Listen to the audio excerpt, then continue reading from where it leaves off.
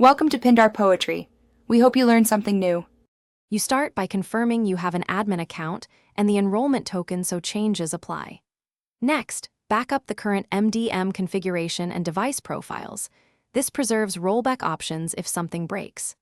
Once done, verify network access. Check required ports, DNS resolution, and NTP time synchronization, because MDM authentication often fails when clocks drift. Make sure devices remain powered and connected during these first changes, so enrollment and policy pushes succeed without interruption.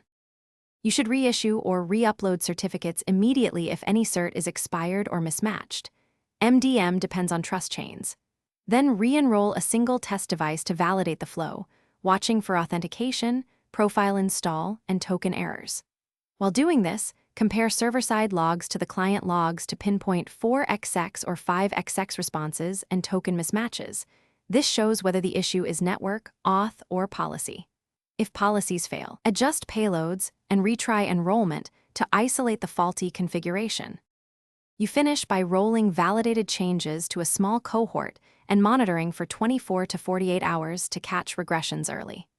After confirming stability, deploy to the wider fleet and document every change so you can trace problems later. If something goes wrong during rollout, restore the backed up configuration and use the test device to reproduce the issue before broad fixes. One key tip: if enrollment repeatedly fails, instruct affected devices to remove the existing MDM profile and then perform a fresh re-enroll to clear stale tokens. Thanks for watching. Consider subscribing if we helped you.